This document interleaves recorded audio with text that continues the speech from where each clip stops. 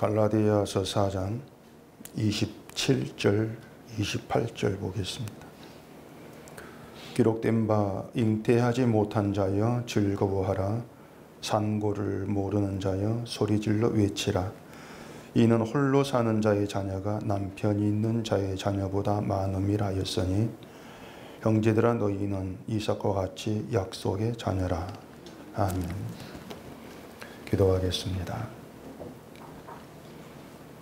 하나님, 오늘 이 시간도 저희를 말씀 앞에 나오게 하심을 감사합니다. 이 말씀으로 인해서 우리가 또한 십자가의 은혜를 깨닫고 깊이 알게 되기를 원합니다. 그래서 이 말씀에 의해서 오직 주의 은혜로 향한 감사와 기쁨의 노래가 우리에게서 나올 수 있도록 이 시간 말씀 역사 우리 가운데 있게 해주시옵소서. 예수님 이름으로 기도합니다. 아멘. 제가 몇 년 전에 욥기를 설교했었죠. 그 욥기 설교 다 잊었겠지만은 그래도 욥기의 그 거의 모든 내용이 욥의 친구들과 욥의 대화로 되어 있다. 그건 다 아실 것입니다. 욥의 그 친구들의 했던 말들 기억하실지 모르겠지만 그 내용들이 하나같이 다 성경적입니다. 마치 뛰어난 그 신학자가 말하는 것 같은 그런 느낌이 들 정도로 아주 그 성경적이고 논리적인 말로 욥이 겪은 재난에 대해 충고를 하는 것을 우리가 볼 수가 있죠. 그래서 욥의 친구들 그 말에서 어떤 잘못됨을 찾기가 사실 힘들 정도예요. 더군다나 그 친구들 중에는 지금의 기독교인들 누구나 좋아하는 명언을 또 남기기도 하죠. 시작은 미약하나 나중은 장대하리라. 그런 그 명언 중에 하나예요, 사실은. 또 내가 청결하고 정직하면 하나님이 너를 반드시 돌보시고 평안하게 하실 것이다. 이런 말도 그 친구들 입에서 나오는데 그런 말들이 이제 우리의 귀에는 전혀 그 잘못됨이 없는 성경적인 그런 얘기로 들린다고 하는 겁니다. 결국 뭔가 하면은 이제 우리가 알고 있고 믿고 있는 하나님이 이제 그런 분이라고 하는 거죠. 하나님이라면은 맞아, 우리에게 그렇게 하실 것이야. 우린 그렇게 이제 알고 있단 말입니다. 우리가 믿음 가운데에서 믿음으로 바르게 행하고 산다면은 하나님께서 그런 우리를 돌보시고 지켜주시고 또 평안하게 하신다. 이러한 얘기들을 이치에 맞는 합리적인 그런 성경으로 듣는 것이죠. 욥이 재앙을 겪는 것이 죄를 지어서 하나님이 징계하신 것이니 회개하라. 그게 친구들의 주된 그 말이었는데 이것도 재앙에 대한 그 친구들의 사실 그 합리적인 의심이에요. 죄가 없는데 하나님이 재앙을, 그렇게 엄청난 재앙을 내릴 리가 없다고 하는 거죠. 뭔가 있으니까 하나님이 너에게 그렇게 하지 않겠느냐. 그런 합리적인 의심을 가지고 욥에게 얘기를 하는 겁니다. 그처럼 뭔가 논리적이고 또 이치적이고 성경적이고 또 합리적인 그런 친구들의 모든 말을 뒤집어 버리는 것이 이제 욥기 마지막에 하나님 말씀으로 등장하거든요. 하나님 말씀 다 한마디예요. 너희들 그 친구들의 모든 말이 욥의 말같이 옳지 못하다는 것입니다. 너희는 다 틀렸어. 이 한마디의 말로 그 긴 친구들의 그 논리적인 그런 말들을 다 엎어버린단 말입니다. 이처럼 그 친구들의 말이 옳지 못하다. 한 구절 한 구절 따질 필요가 없는 거예요.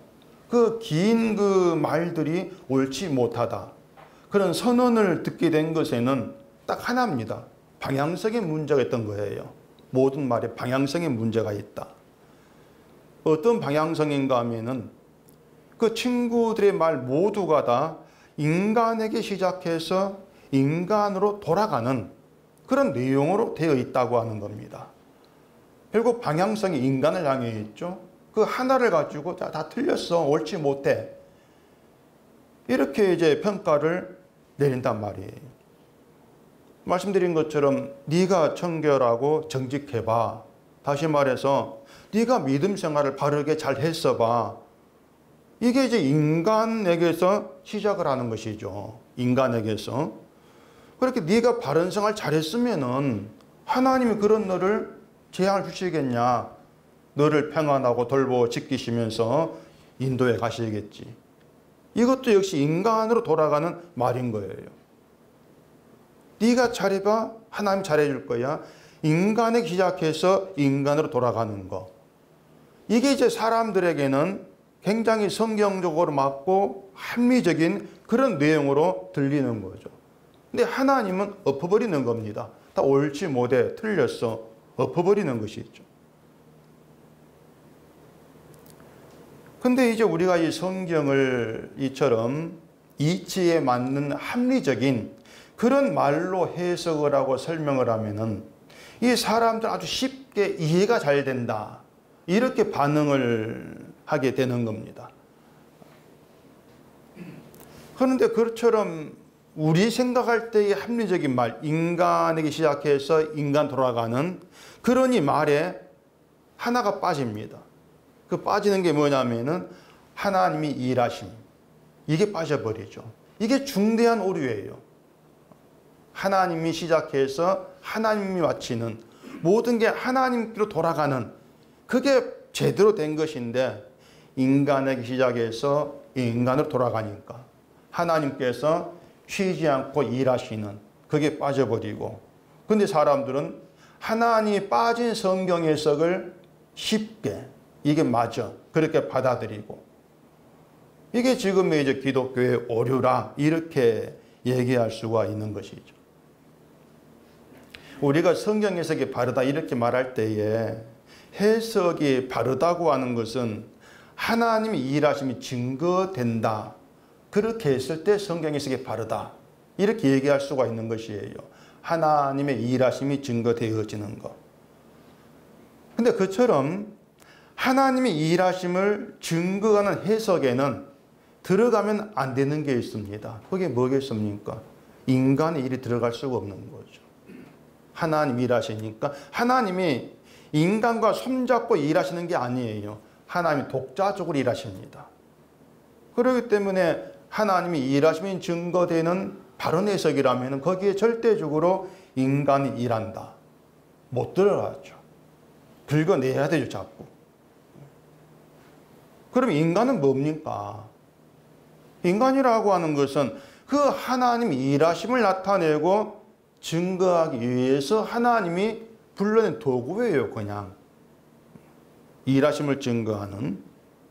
그러니까 하나님의 일하심으로 인해서 나타나는 결과물, 그게 인간이다, 그게 신자다, 그렇게 볼 수 있어야 한다는 것입니다.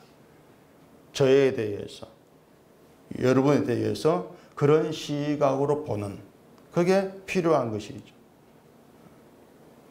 그래야만이 도무지 합리적이고 논리적이라고 할 수 없는 바울의 복음이 정말 가장 논리적이고 합리적이다, 그 사실을 알게 되는 거예요. 오늘 본문도 그렇습니다. 기록된 바 잉태하지 못한 자여 즐거워하라. 산고를 모르는 자여 소리질러 외치라. 이는 홀로 사는 자의 자녀가 남편 있는 자의 자녀보다 많음이라 하였으니 형제들아 너희는 이삭과 같이 약속의 자녀라. 이 말을 뜯어보면은요, 도무지 이치에 맞지 않습니다. 현실적이지도 않는 말을 지금 바울이 하고 있습니다. 왜 이치에 맞지 않고 현실적이지 않는가 하면은 잉태하지 못한 자에게 즐거워하라고 하는 거예요. 상고를 모르는 자, 아이를 낳아본 적이 없는 그 고통을 모르는 자에게 소리질러 외치라, 이렇게 말하는 것이 이치에 맞지 않다는 겁니다. 현실에 안 맞단 말이에요. 바울이 이 말을 이사야 선지자의 말을 인용을 한 거죠. 이사야 54장 확인해 보십시다. 이사야 54장 1절입니다. 잉태하지 못하며 출산하지 못한 너는 노래할지어다. 산고를 겪지 못한 너는 외쳐 노래할지어다. 이는 홀로 된 여인의 자식이 남편 있는 자의 자식보다 많음이라 여호와께서 말씀하셨느니라. 지금이야 뭐 일부러 아이를 낳지 않기도 하죠. 아이를 못 낳는다. 이게 뭐 그렇게 큰 문제도 아닐 겁니다.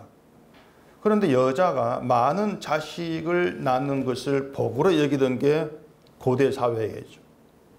그런 고대 사회에서 아이를 낳지를 못한다는 건 여자에게 굉장한 부끄러움이고, 또 하나님을 믿는 유대 사회에서는 하나님께 저주받은 것으로, 복이 끊겼으니까 저주받은 것으로 그렇게 취급이 된다는 겁니다.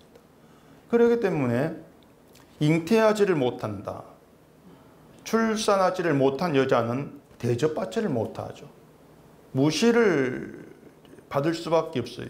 그렇기 때문에 잉태하지 못한 여자에게는 도무지 그 상황이, 그 현실이 즐거워하고 노래할 그런 형편은 아니라는 겁니다.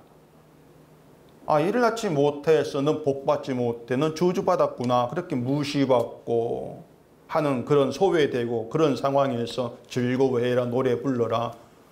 뭘 가지고 즐거워하고 뭘 가지고 노예할 수가 있냐 그 말이에요. 이제 그런 상황은 아이를 임신한 하갈에게 아이 없는 사라가 멸시받는 것에서 잘 드러났죠. 그리고 그런 상황이라면 차라리 하나님께 기도해봐, 뭐 이렇게 조언을 하는 것이 더 믿음의 이치에 맞는 것일 수가 있는 거예요. 사실 그런 조언들이 하지 않습니까? 아이를 낳지 못하고 문제 있으면 기도해 보세요. 그런 조언들을 하잖아요. 이사야가 지금 하고 있는 말은 믿는 자는 어떤 힘든 상황에서도 노래하고 즐거워해야 돼, 기뻐해야 돼. 그게 믿음이야. 그걸 지금 얘기하고 있는 것이 아닌 것입니다. 만약에 믿음이라고 하는 것이 어떤 상황에서 기뻐해야지 왜 슬퍼해? 그렇게 요구하는 것이란 믿음 맹목적이고 억지가 되는 거예요. 굉장히 억지가 될 수가 있는 것이죠. 잉태하지 못한다. 분명히 우리 생각에는 노래할 수 없는 현실이에요. 기뻐할 수 없는 현실이 맞단 말입니다. 그런데 노래하라고 하는 것은 그 잉태하지 못한 것이 노래가 되는 다른 현실이 있다는 겁니다. 잉태하지 못한 것 말고, 그 현실 보지 말고 잉태하지 못한 것 때문에 노래가 되는, 그것 때문에 즐거움이 되는 다른 현실이 있어. 그 현실을 가지고는 기뻐하고 즐거워하라. 그 얘기가 된다고 하는 것이죠. 또 그 잉태하지 못한 자에게 노래하라고 뒤에 하는 말이 뭐가 나옵니까? 홀로 된 여인의 자식이 남편 있는 자의 자식보다 많다. 이렇게 얘기합니다. 이것이 잉태하지 못한 자에게 노래하라고 하는 다른 현실이 되는 거예요. 홀로 있는 여자. 홀로 있는 여자의 자녀가 더 많다는 거예요. 남편의 자녀보다. 그게 다른 현실이에요. 그 현실이 너에게 노래가 된다. 즐거움이 된다. 지금 그 얘기를 하고 있는 것인데, 근데 그 다른 현실이라고 하는 거 사실은 말이 안 되는 거죠. 왜냐하면은, 자, 홀로 된 여인은 남편이 없다는 뜻입니다. 남편이 없어요. 남편이 없기 때문에 홀로 있을 때 자식을 갖지 못하는 게 당연하죠. 근데 홀로 있는 여자가 남편 있는 자의 자식보다 많다고 하는 거예요. 더 많다. 그러니 이상한 현실이란 말입니다. 이게 뭐 진짜 어떤 현실로 주어진다면은 잉태하지 못하고 홀로 되었다 할지라 얼마인지 자식으로 인해서 기뻐하고 즐거워할 수 있겠죠. 문제는 그런 현실이 가능하냐고 하는 겁니다. 또 우리가 그런 현실 가운데 있느냐고 하는 것이죠. 홀로 된 여자의 자녀가 더 많다. 이건 분명히 우리 힘으로는 가능하지 않은 현실이에요. 이 세상에서 그런 현실은 찾아볼 수가 없어요. 홀로 있는 여자가 남편 있는 여자하고 자식이 많다고 하는 것은 분명 이치에 맞지 않는 것이고 비현실적인 허무맹랑한 거짓말로 지구될 게 뻔한 말입니다. 누구도 그런 말을 믿지를 않을 거란 말이에요. 그런데 이처럼 가능하지 않는 일, 이 세상에 있을 수 없는 현실, 비현실적인 그 일을 가능하게 하시는 것이 하나님의 약속이라는 것입니다. 약속으로 일하시는 하나님이라고 하는 거예요. 그러니까 잉태하지 못하고 홀로 사는 여자랄지라도 하나님께서 그에게 많은 자손 약속하셨다면 그 약속은 남편이 있는 자기 자식보다 더 많게 하시는 것으로 이루어지게 돼 있다고 하는 것이죠. 하나님이 이루신다 그 말입니다. 그래서 약속으로 인해서 기뻐하고 즐거워할 자, 그들이 누구냐? 잉태하지 못하고 홀로 된 자들이다 그 뜻이에요. 내 노력으로 잉태할 수 없고 자식을 낳을 수도 없는 자기 무능을 아는 그 사람이 약속을 의지하고 약속에서 진짜 현실을 바라보고 그것 때문에 기뻐한다는 겁니다. 이것이 구원을 말하는 것이라면 이제 구원은 잉태하지 못한 자에게 주어지는 것이지 잉태한 자들은 구원에서 멀어질 수밖에 없죠. 왜냐하면 내가 잉태했고 내가 나올 수 있다는 것 때문에 약속에 관심을 두지 않을 것이고 약속하신 하나님께서 행하신다는 것보다 내가 행한다는 것에 더 마음을 둘 수밖에 없기 때문에 그렇습니다. 그러니까 지금 이런 내용들이 분명히 여러분께 어렵다 무슨 얘기고 이렇게 다가오게 될 것인데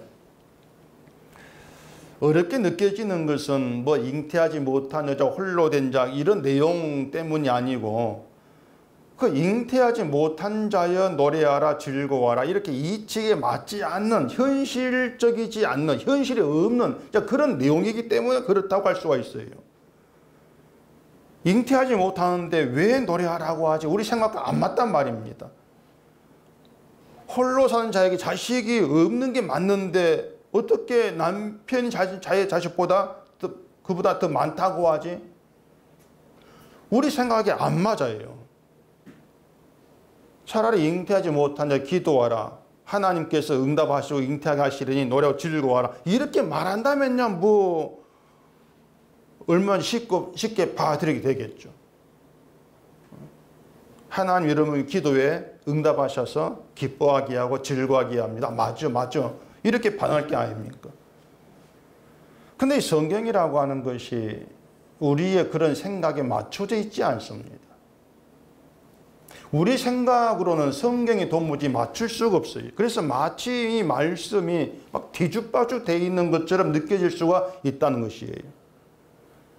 그리고 이 성경이 우리 생각과 도무지 맞춰지지 않고 맞출 수도 없는 이유가 있는데 그건 이 성경은 약속으로 일하시는 하나님을 보여주고 있는데 우리는 내가 일해서 좋은 결과를 만들어내야 된다는 그런 생각으로 성경을 보고 있기 때문에 당연히 성경과 우리 생각에 안 맞습니다.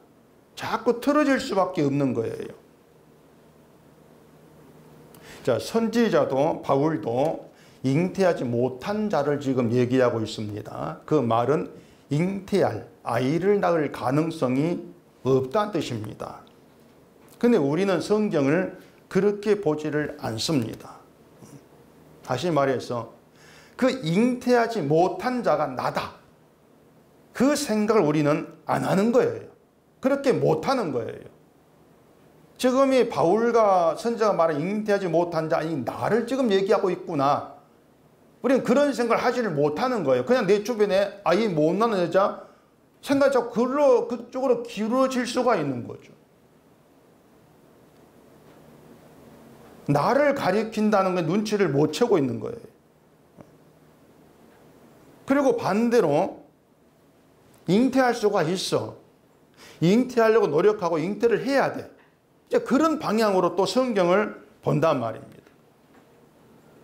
난 잉태할 수 없는 자다. 자기를 그렇게 보는 것을 뭔가 무기력하고 나약한 믿음의 모습으로 간주를 해버린단 말입니다. 믿음은 능력을 주시고 힘을 주고 할 수 있게 하고 그런 믿음으로 우리가 이해하고 있기 때문에 모든 걸 할 수 있다는 그런 믿음으로 기도하면서 힘쓰는 것이 믿음이 있는 거야. 우리는 그렇게 해석하지 않습니까? 내가 노력하면 잉태할 수가 있어. 뭔가 열매를 만들어낼 수 있어. 그 생각이란 말이에요. 그것을 신자의 믿음으로 우리가 그렇게 알고 있기 때문에 신자 되고 신자답게 되는 것도 모두가 나에게 달린 문제. 네 하기 나름. 이렇게 받아들인단 말입니다. 근데 그건 신자가 아닌 겁니다. 그건 그냥 종교인 그렇게 생각하시면 되는 거예요. 물론 구원과 무관하죠. 구원받기에는 종교인의 모습이죠. 이 사람들이 율법을 자꾸 외면하지 못하고 받아들이게 되는 것은 믿음은 열매를 만들어내야 된다고 생각하기 때문에 그렇습니다. 그 믿음의 열매를 내가 자꾸 생산해야 되는 것으로 그렇게 보는 거예요. 자, 나에게 믿음이 있다. 믿음이 있다면은 그러면 그 믿음으로 어떤 선한 열매를 내가 만들어내야 그게 참된 믿음이 아니겠는가 그런 생각에 붙들려 있단 말입니다. 대개 다 그렇게 생각하지 않습니까? 그렇기 때문에 열매가 없는 거, 다시 말해서 잉태하지를 못하는 거, 뭐가 나로 인해 내가 낳는 게 없는 거, 이건 내 믿음에 문제가 있기 때문이야. 그렇게 아는 거예요. 지금의 기독교인들 교회를 찾아가서 듣고 배우는 게 거의 다 그런 것들입니다. 자기를 지옥으로 끌어가는 그런 말인데 그런 말을 듣고 있으면서도 그게 복이 되고 뭔가 나를 천국으로 가게 하는 그런 말로 받아들이고 있는 것이죠. 하나님이 기뻐할 선한 열매를 맺어서 그것이 천국에서 상이 되게 하고 또 죄진 게 있으면 내가 회개하고 선한 행실에 힘쓰면서 죄를 가볍게 하고 자꾸 그런 식으로 내 믿음을 내가 관리하는 그런 세태에 있다고 하는 겁니다. 이게 바울이나 이사야, 잉태하지 못한 자의 즐거움, 그걸 얘기하는 그들 믿음의 세계와 너무 다른 거예요. 너무 동떨어져 있는 거예요. 다르다는 건 믿음이 아니라는 겁니다. 잉태하지 못한 자, 어렵게 생각하지 마시고요. 잉태하지 못한 자가 의미하는 것은 아무것도 만들어낸 능력이 없는 인간됨. 그걸 말하는 것으로 보시면 돼요. 아무것도 만들어낼 수가 없어. 내가 만들어낼 수가 있는 건, 내가 뭔가 잉태해가지고 낳을 수 있는 건 아무것도 없다. 그게 잉태하지 못한 자가 말하는, 의미하는 거예요. 그럼 믿음은 뭐겠습니까? 믿음이 주어집니다. 그럼 그 믿음이 우리에게 하는 일은 뭐겠어요? 우리 자신을 잉태하지 못한 자로 보게 하죠. 그게 믿음이라는 거예요. 사람 믿음 자꾸 잘못 알고 있는 거예요. 믿음을 내가 소유를 해서 내가 가져가지고 믿음 뭔가 일을 해야 되는 것으로 잘못 착각을 해요. 제가 늘 얘기하지만 우리가 믿음을 소유해서 그 믿음을 관리하면 뭔가 해가는 것이 아니고 믿음이 나를 관리하고 있단 말입니다. 그게 믿음의 능력이에요. 믿음이 우리를 관리하면서 우리를 십자가의 은혜로 끌어가요. 거기에 반드시 필요한 것이 나를 잉태하지 못한 자로 보게 되는 거예요. 아무것도 나에게서 나올 것이 없어. 그렇게 나를 보게 되어지는으로 인해서 십자가로 향하게 되어진단 말입니다. 만약에 내가 뭔가 행할 가능성이 있는 대로 보게 되어지면 십자가 안 봅니다. 내가 부정 뭔가 해야 되니까. 그런 점에서 믿음은 크게 잘못되어 있다는 것이죠. 지금 교회가 알고 있는 믿음은. 그러니까 교회가 자꾸 율법이라는 거, 어떤 행함에 대해서 마음이 좀 자꾸 기울어진다고 하는 것은 그 자기 행함을 가지고 선한 열매를 맺겠다 그런 발상밖에 안 된다는 얘기예요. 근데 그것을 믿음에 대한 바른 생각으로 알고 있는 것이죠.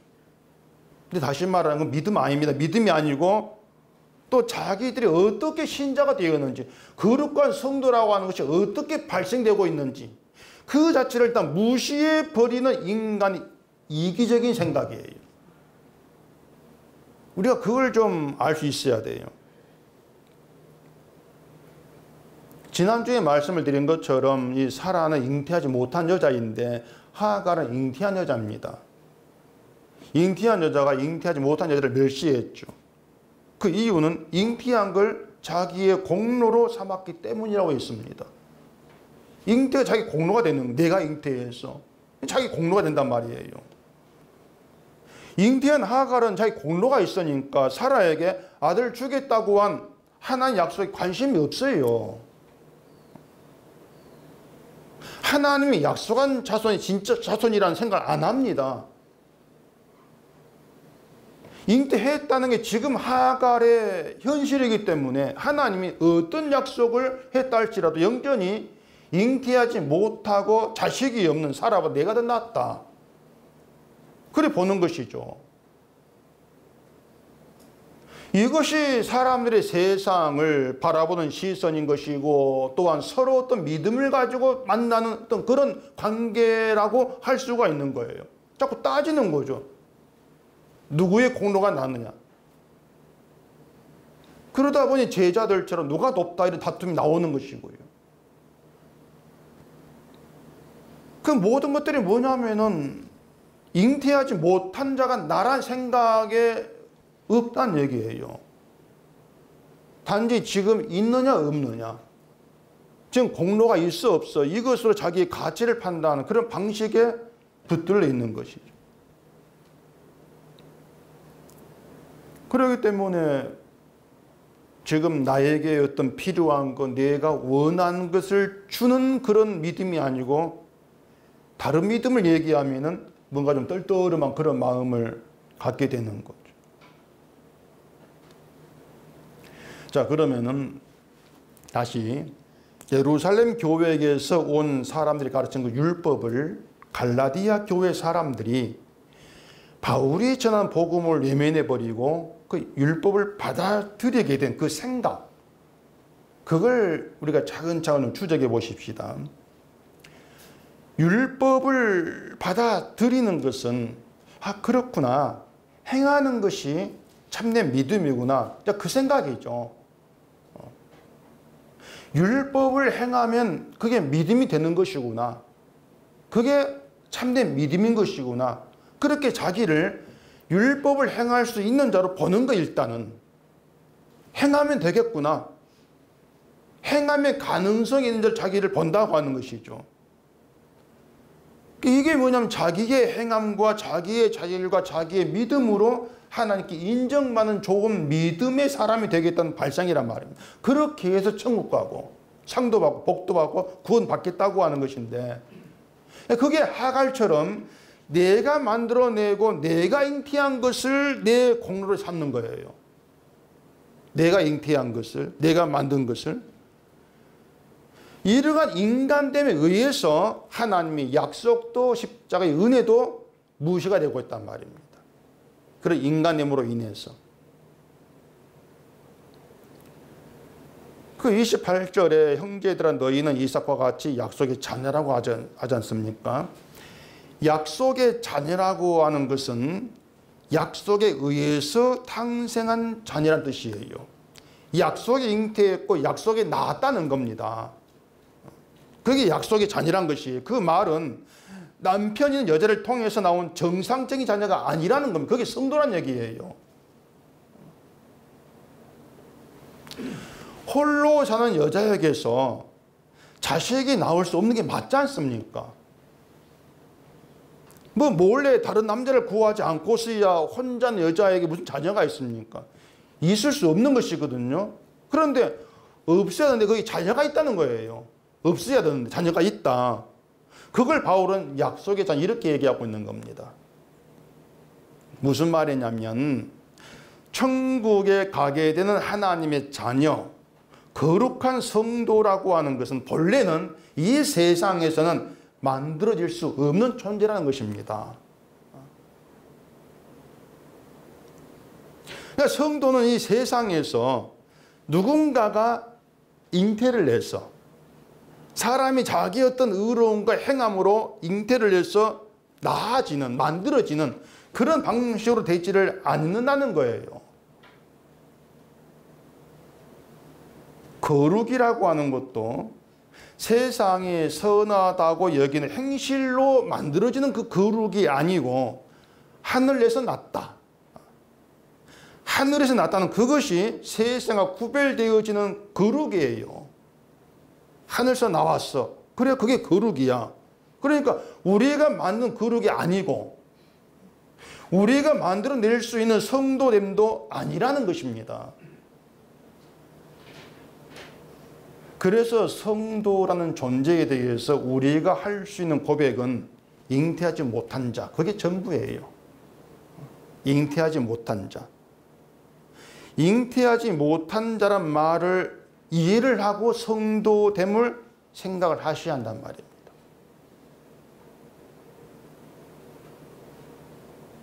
행실을 염두에 두고 생각하는 성도는 성도가 아니라는 거, 이걸 잊으면 안 돼요. 지금의 교회가 빠져 있는 오류가 바로 이것입니다. 성도됨을 자꾸 행실의 염두에 두고 생각하는 겁니다. 성도라고 하는 건 내가 잉태할 수가 없어요. 내가 성도란 나를 잉태할 수가 없다는 것입니다. 누군가가 잉태해서 낳았기 때문에 거룩한 성도라고 하는 것이 이 세상에 존재하고 있다는 거예요. 그렇게 거룩한 성도를 잉태해서 낳은 그분이 그리스도예요. 그래서 26절에서 오직 위에 있는 예루살렘은 자유자니 곧 우리 어머니라 이렇게 얘기하지 않습니까? 나를 잉태 낳은 어머니가 위에 계신다는 겁니다. 땅에 있지 않고 위에 계신다. 그러니까 여러분들이 자신을 성도라, 나는 성도다 이렇게 생각을 하신다면 이런 생각이 분명히 여러분 가운데 살아 있어야 합니다. 나의 어머니는 위에 계셔. 나를 낳은 어머니는 이 땅에 있는 것이 아니라 위에 계신다. 세상에 무엇으로도 나를 부인하고 십자가의 은혜를 고백하는 그런 성도된 나를 만들어질 수가 없다. 그 생각이 있어야 돼요. 하늘이 잉태하여 나를 낳았다.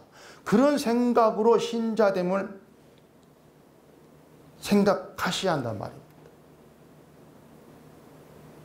그런데 말은 신자라고 하는데 자꾸 이런저런 선한 행실을 통해서 신자답게 되고 바른 믿음의 사람이 돼야 되겠다. 이런 사람으로 가득하지 않습니까? 그것이 뭔가 나를 낳은 어머니가 위에 계신다. 잉태하지 못한 자가 나야. 그런 생각을 못하고 있는 것이죠. 그래서 위에 있는 예루 자유자니 곧 우리 어머니다. 이런 말을 들려줘도 무슨 말인지 감을 잡을 수가 없는 거예요. 설명을 해줘도 알아먹지를 못하죠. 세상에 있지 맞지를 않으니까. 사실 신자를 가리켜서 하늘 잉태 나왔습니다. 이렇게 말하면 누가 그걸 받아들이겠습니까? 그 박정희라는 가수가 부른 어머님이 누구니 이 노래가 있거든요. 어머님이 누구니? 우리가 성도라는 자리에서 어머님이 누구니 이런 물음에 답할 수가 있는 것은 위에 계신 예루살렘이신 그리스도다. 우리는 그렇게 답할 수밖에 없는 거예요. 네 어머니가 누군가를 내가 알고 있는데 위에 계신다고? 미쳤구나. 이런 반응을 받겠죠. 근데 어떤 반응으로 돌아온다 할지라도 예수님이 우리를 세상에 무엇으로도 만들어지지 않는 성도로 잉태하여 낳으셨다. 이건 정말 생각하면 생각할수록 신나는 일이 아닐 수가 없는 거예요. 내 수고, 내 노력, 내 선함 이게 전혀 들어가지 않고 그냥 예수님이 잉태에서 낳은 자가 성도, 그 성도가 나야 신나는 일이죠. 바로 이것이 잉태하지 못한 자여 즐거워하라 그 이유예요. 잉태할 수 없는 자인데 낳았잖아. 어머니가 위에 계시잖아. 그게 너의 즐거움이야. 그런 말로 바울이 하고 있는 거예요. 약속의 자녀라고 하는 것. 하나님이 약속에 속해서 약속으로 자녀가 되었다는 뜻이죠. 그래서 여러분들이 약속의 자녀로 이 세상에 사는 동안에 쉬지 않고 경험되어야 되는 게 있습니다. 그것은 내가 나된 것, 내가 거룩한 성도 된 건 분명히 내 힘이 아니라는 겁니다. 그건 쉬지 않고 경험돼야 돼. 그것이 내 힘이 아니다. 나는 잉태할 수 없는 자라는 것이 여러분 자신에 대한 인식으로 새겨져 있어야 돼. 그리고 매일을 살아가면서 여러분의 마음에 새겨진 잉태할 수 없는 자, 이걸 확인하고 실감을 하면서 하나님이 약속으로 자녀가 되고 그 약속을 이루신 예수의 피의 용서로 나음 받은 그 신자됨으로 감사함이 되어야 되죠. 그래서 예수 안에서 십자가의 피로 매일 새롭게 잉태되고 탄생되는 그런 느낌이 좀 있어야 한단 말입니다. 이런 점에서 율법은 우리를 잉태할 수 있는 자로 보게 하죠. 율법이. 너 할 수 있잖아. 또 좀 예를 쓰면은 바른 믿음 사람 될 수 있어. 잉태할 수 있는 자로 보게 하죠. 그게 율법의 시각이에요. 그러니까 율법을 받아들인다는 것이 어머니가 위에 있다는 사실을 무시한다는 점에서 사탄의 유혹이다. 이렇게 말하게 되는 겁니다. 율법이 나쁜 게 아니에요. 율법을 주신 하나님의 취지보다도 그 율법을 이용해서 우리를 십자가의 은혜를 회방하게 한 사탄 유혹이 있음을 아시라는 겁니다. 선한 행함이 있어야 믿음이 살아있는 신자들 그런 말에 좀 제발 속지 마시라는 거예요. 그러니까 그런 말들이 우리의 가장 이치적이고 합리적인 말로 다가온단 말입니다. 근데 그것이 우리를 잉태할 수 있는 가능성이 있는 자로 보게 하는 것이고 약속의 자녀가 아닌 육신 아닌 그대로 하나님이 믿는 신자 착각에 빠지게 만들어버리는 거예요. 갈라디아 2장 한번 봐보십시다. 갈라디아 2장 20절입니다. 내가 그리스도와 함께 십자가에 못 박혔나니 그런즉 이제는 내가 사는 것이 아니요 오직 내 안에 그리스도께서 사시는 것이라. 이제 내가 육체 가운데 사는 것은 나를 사랑하사 나를 위하여 자기 자신을 버리신 하나님의 아들을 믿는 믿음 안에서 사는 것이라. 그리스도와 함께 십자가에 못 박혔다는 것은 함께 죽었다는 뜻이죠. 죽었다는 것인데 죽은 자가 일하고 뭐 행동하고 이룬다는 거 없지 않습니까? 죽은 자에 그게 해당이 안 돼요. 그런데 지금 주를 믿는 것은 나의 행함으로 된 일이 아니라는 겁니다. 죽은 자이기 때문에 내가 주를 믿는 건 내 행함으로 된 일이 아니다. 그걸 바울은 내가 사는 것이 아니요 내 안에 그리스도께서 사시는 것이다.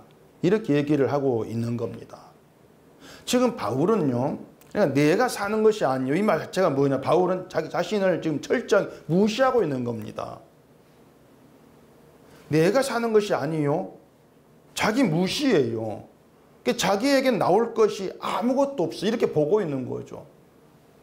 그게 바울이 자기를 무시하고 있는 겁니다. 근데 사람들은 자기를 무시하지를 않으려고 그래요. 그걸 싫어하지 않습니까? 자기를 무시하지 않는 그 못하는 증거가 뭐냐면은 믿음으로 살지 못하는 자기를 좀 한심스럽게 생각을 한다는 거예요. 내가 이러면 되겠는가? 이런 생각이 자기를 무시하는 것이 아니라 자꾸 높이려고 하는 것이죠. 바르게 만들어서. 내 안에 그리스도께서 사신다면 내 안에 그 십자가에서 피 흘려 죽으신 예수의 마음이 지금 자리하고 있다, 그 뜻입니다. 주의 마음이 자리하고 있다.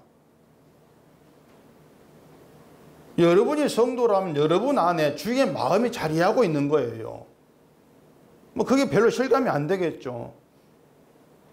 내 안에 예수의 마음이 자리하고 있다면 내가 화를 내지 않고 온유해야 되고 겸손해야 되고 악한 생각 안 해야 되고, 그렇게 생각하면 내 안에 주의 마음이 있어 실감이 안 되는 거예요.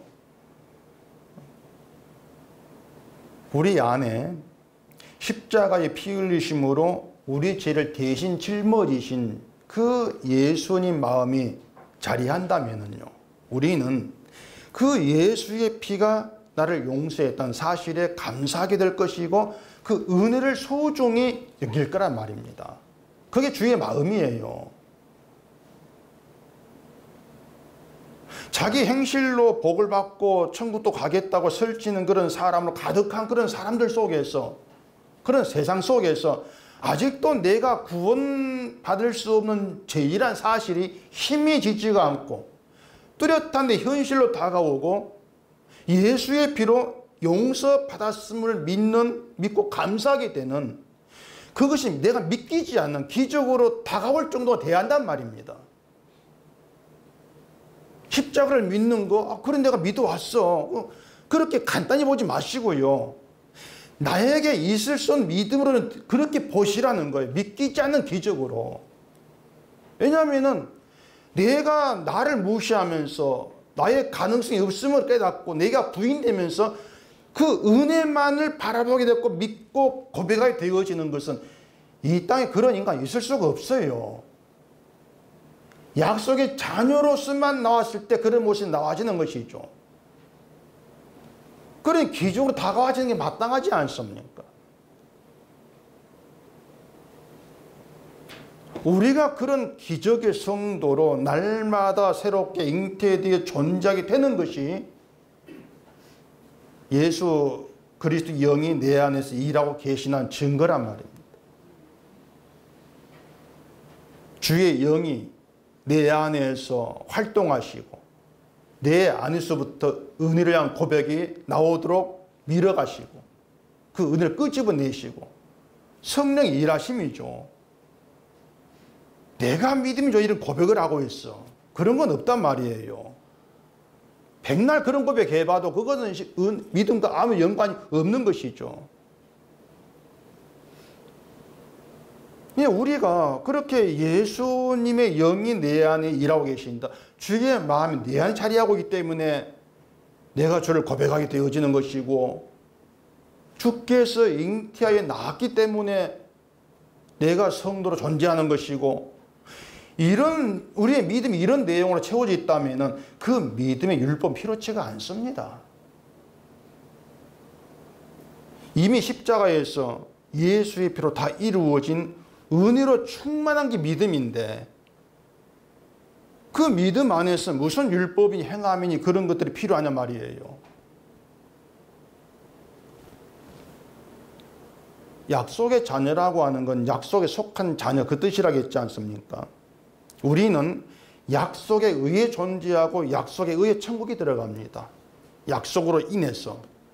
그 하나님의 약속이 천국의 백성을 만들어내는 것이지, 내가 나를 천국에 합당한 사람으로 만들어내지를 못해요. 그렇다면 율법 필요치가 않지 않습니까? 율법이 필요치 않다는 것은 율법 무시하고 버리라는 것이 아니라 사람들이 의도하는 그런 율법은 필요치가 않다는 겁니다. 나를 의롭게 할 율법은 필요치가 않다는 것이에요. 나를 좀 더 신자답게 만들 그런 율법은 없다는 것이에요. 성도는 약속의 자녀고 약속은 십자가로 완성되었습니다. 그래서 십자가의 은혜로 만들어지는 게 거룩한 성도, 신자예요. 예수님의 용서의 은혜에서 성도가 나온 거예요. 은혜 안에서. 이 말이 어렵습니까? 십자가의 은혜 안에서 성도가 나왔다. 은혜가 성도를 잉태하고 낳았다. 어렵지 않은 말이지 않습니까? 용서의 은혜에서 우리가 나왔다. 뭐 저절로 아멘이 나올 겁니다. 근데 그 은혜를 나에게로 끌어당겨 가지고 내가 선을 행하고 사는 것이 하나님의 은혜입니다. 또 그런 말을 하게 되는 거죠. 그러니까 은혜라는 말을 하면서도 내가 나를 무시하는 그런 은혜를 알지를 못하는 거예요. 다시 말씀드릴게요. 십자가의 은혜는요, 나로 하여금 나를 무시하게 합니다. 그게 은혜입니다. 선하고 착하게 사는 나를 무시하게 하고, 주일이면 착실하게 나와 예배 드리는 그런 나를 무시하게 하고, 성품 좋고 성격 좋은 나를 내가 무시하게 돼요. 그게 은혜예요.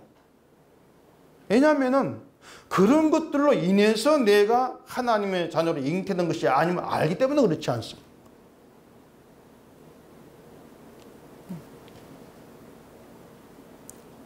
이사야 53장에 보면은 장차 오실 그리스도 메시아에 대한 예언으로 되어 있습니다. 이사야 53장 가보십시다. 이사야 53장 5절입니다. 그가 찔림은 우리의 허물 때문이요 그가 상함은 우리의 죄악 때문이라. 그가 징계를 받음으로 우리는 평화를 누리고 그가 채찍에 맞음으로 우리는 나음을 받았도다. 우리는 다 양 같아서 그릇 행하여 각기 제 길로 갔거늘 여호와께서는 우리 모두의 죄악을 그에게 담당시키셨도다. 이사야가 말하고 있는 우리가 바로 지금 우리들 아닙니까? 아담 안에서의 모든 인간은 거기 우리에 다 해당이 되는 것이죠. 자, 그러면은 그가 찔림은 우리의 허물 때문이요 예수님의 찔림은 나의 허물 때문이다. 이걸 믿으십니까? 믿으신다면은 여러분 자신을 딴 것 아니에요. 허물로 가득한 자로 보시면 돼요. 그걸 믿으신다면 그건 믿음이지 않습니까? 허물로 가득한 내가 무슨 선한 행위를 한다고 니까짓게 자기를 무시해야 돼요. 그가 상함은 우리의 죄악 때문이라. 그게 우리 믿음이라. 이것도 역시 나 자신을 죄악이 가득한 자로 봐야 되죠. 그게 믿음권 있는 것 아닙니까? 죄악이 가득한 자로 보는 게, 죄악이 가득한 나 때문에 예수님의 상함을 받으셨는데, 그럼 네가 뭐 말씀을 행한다고 지킨다고 웃기지 마라. 내가 나를 무시해 줘야 돼요. 우린 다 양 같아서 그릇 행하여 각기 제 길로 갔다. 그렇게 너는 네 길로만 가는, 거기에만 마음을 관심을 두는 그런 넌데 뭐 그런 네가 예수를 성경 믿는다고 정신 나갔구나. 그렇게 자기를 무시하셔야 돼요. 그렇게 내가 나를 무시하게 되어지면은 나는 뭐 목사다, 나는 장로다, 나는 성경을 한다, 그런 생각들은요 부끄러워서 하지를 못합니다. 그런 생각이 부끄러움이 돼요. 다만 지금의 나의 나됨, 그 십자가 용서를 내가 믿게 된 거, 그게 주의 은혜구나. 이걸 알고 그 은혜로 인해서 존재하는, 그것 때문에 감사하게 되는 거, 그게 내 안에 계신 성령이 사탄을 이기시고 새롭게 탄생된 신자 됩니다. 여기에 집중하신다면은 잉태하지 못한 자, 그 잉태하지 못한 그것 때문에 즐거움이 있는 거예요. 왜? 주의 일하심 때문에. 내가 일해야 된다? 여기엔 즐거움이 없어요.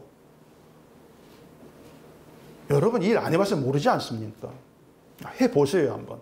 내가 믿음의 일을 해야지. 열심히 해보세요. 내년 1년 안에 한번 그렇게 해보십시오. 일하는 해. 해보시면은 내가 일한 게 즐거움이 기쁨이 되고 천만의 말씀이에요. 짐이 돼요.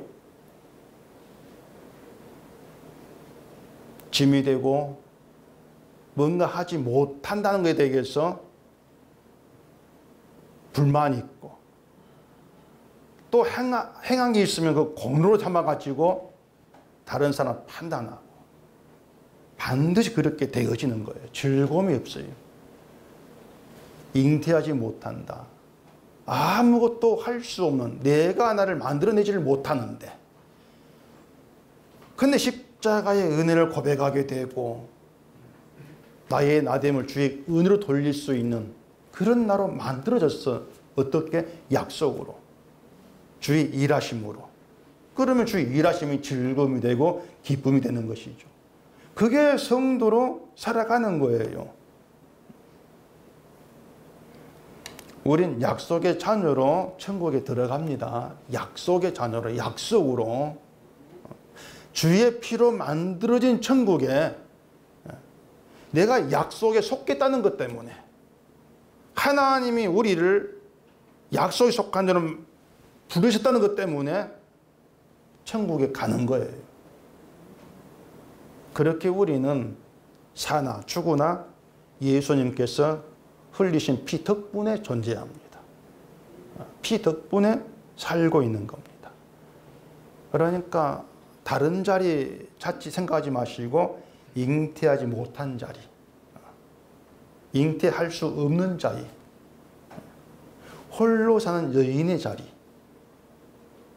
아무것도 내가 만들어낼 수 없는 그 자리, 그 자리에서 피의 은혜가 즐거움이 되고 기쁨이 되고 노래가 되는 이걸 우리가 배우고 아셔야 되겠죠. 그게 자유자예요. 그것이.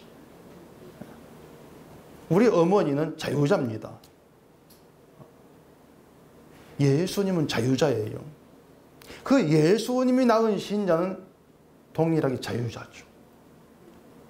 예수님은 우리를 자유자로 낳으신 겁니다. 그 자유를